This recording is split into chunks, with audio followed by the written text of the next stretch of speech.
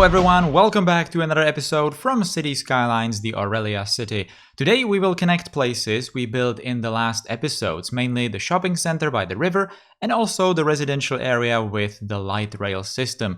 That means we need to build something right here, where I already planned doing a big and really cool project involving a glass tunnel over the highway and some elevated areas for residential buildings. So let's go build it. So it was obvious that we will need to build something to shield this area from all the noise that's coming from the highway.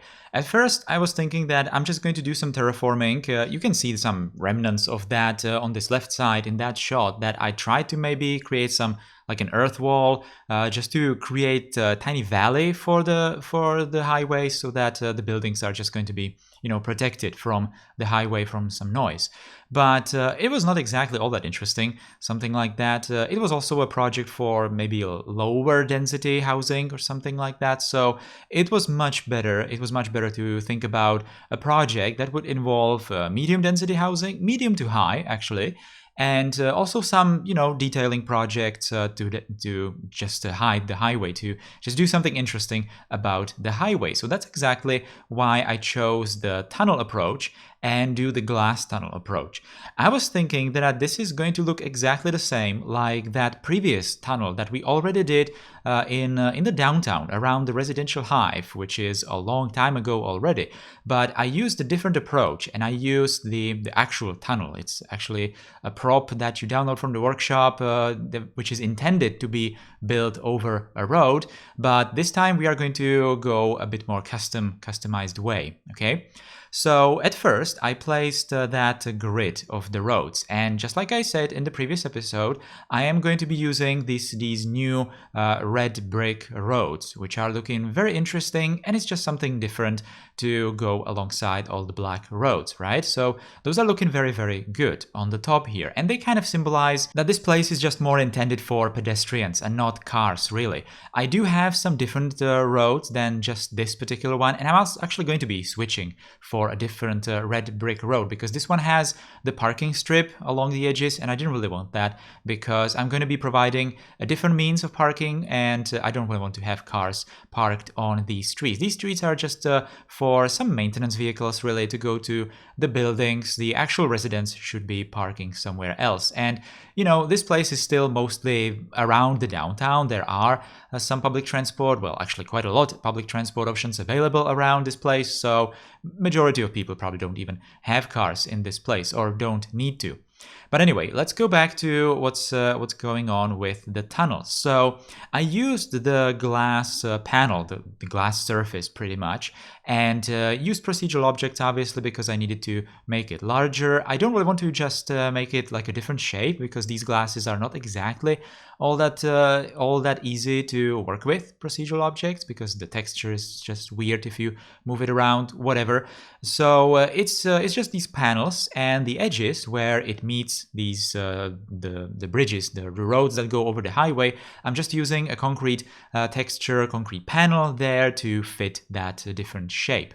I also wanted to make it a bit more interesting in the middle in here, so I used these smaller panels to cover the road that goes underneath the highway, right? This is the road where the bus line goes. If you remember, when I built the first light rail station, I also built the new bus line. And now it's finally going to go, through that residential area all the way to that shopping center, where I'm also going to build an interesting bus stop for it, right?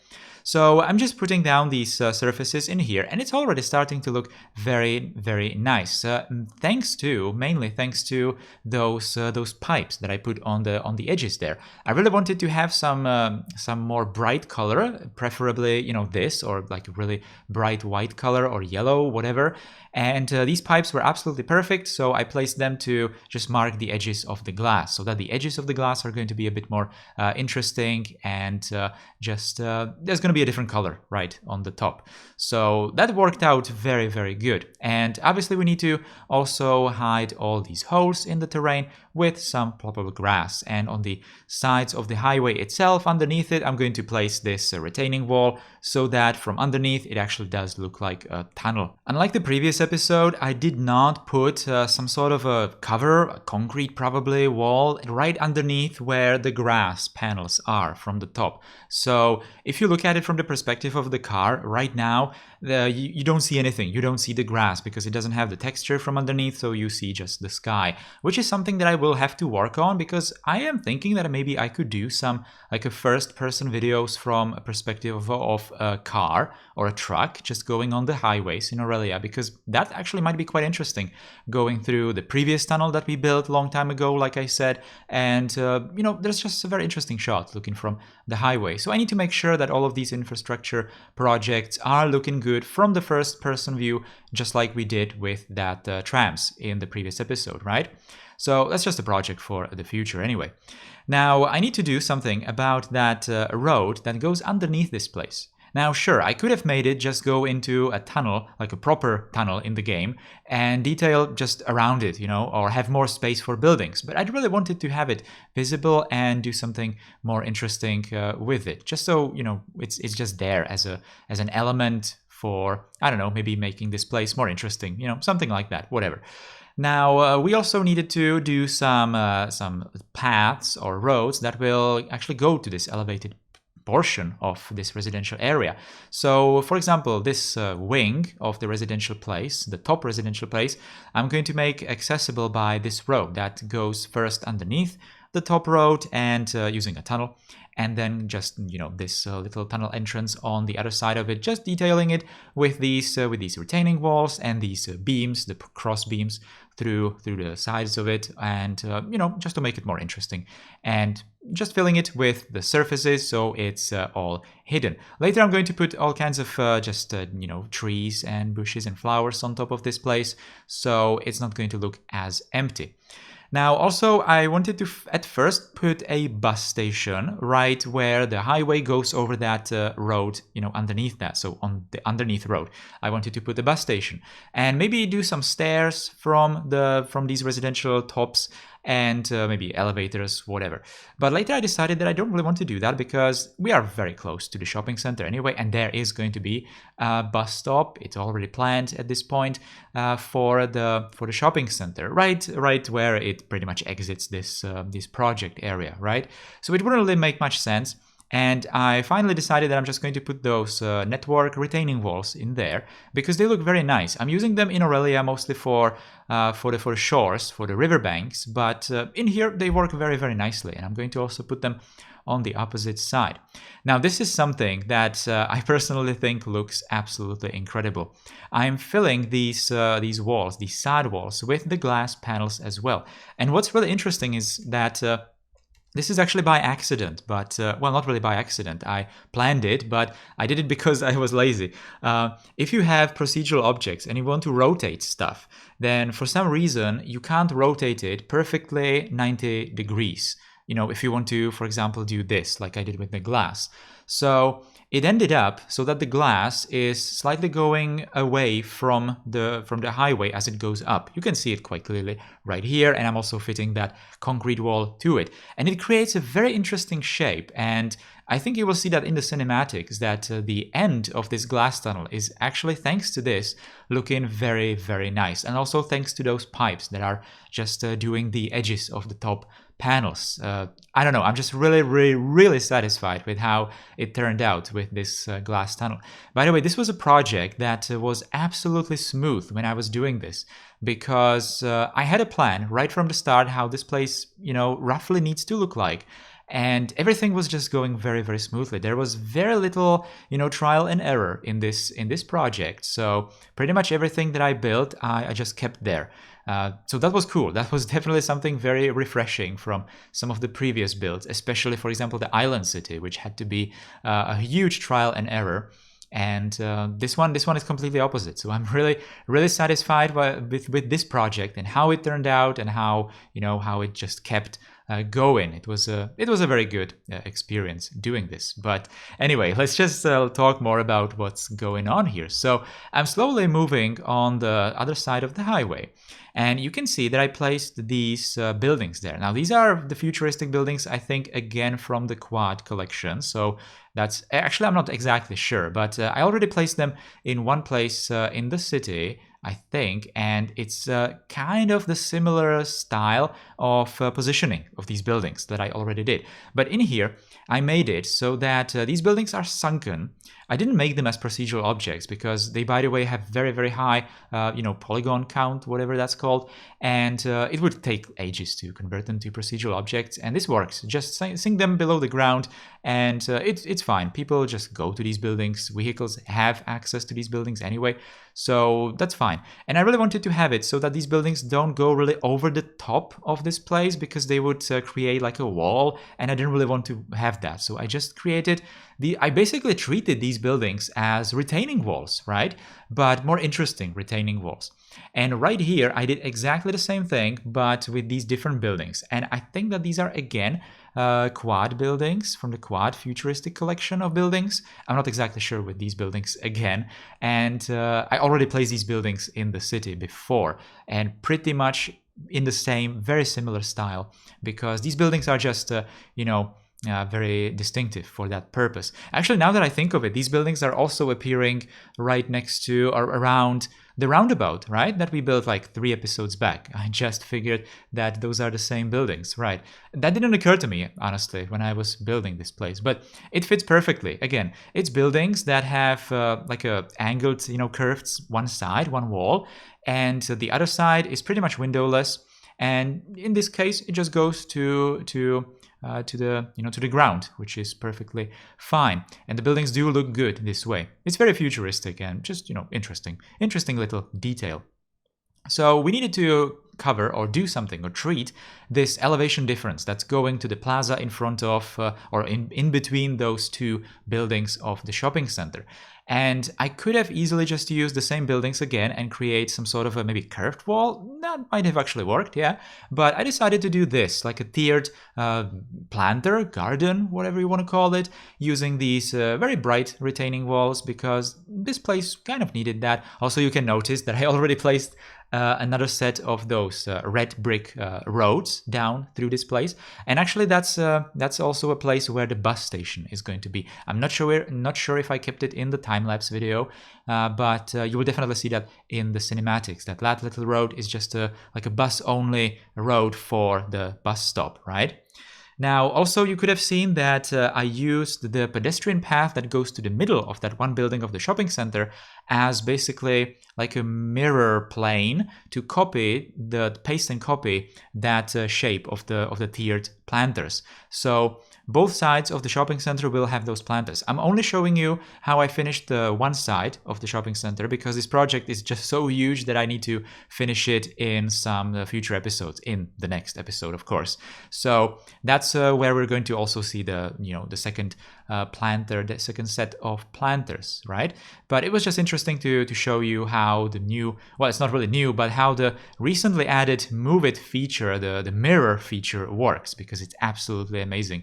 I already used it with the Island City, if you remember, and it's just very, very useful tool.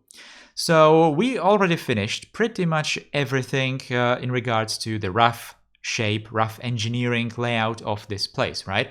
So what's next is obviously positioning of the buildings. Now, finally, we're gonna see why that bench area or the table area that I built in the last episode, why I built it and how it's going to work together with this place. So that's exactly why I placed those commercial buildings right on the opposite side of that street, of the pedestrian street, and they're going to form some sort of a restaurant building, maybe like shops, but pretty much restaurants, because that's why I put all those tables with the chairs, right?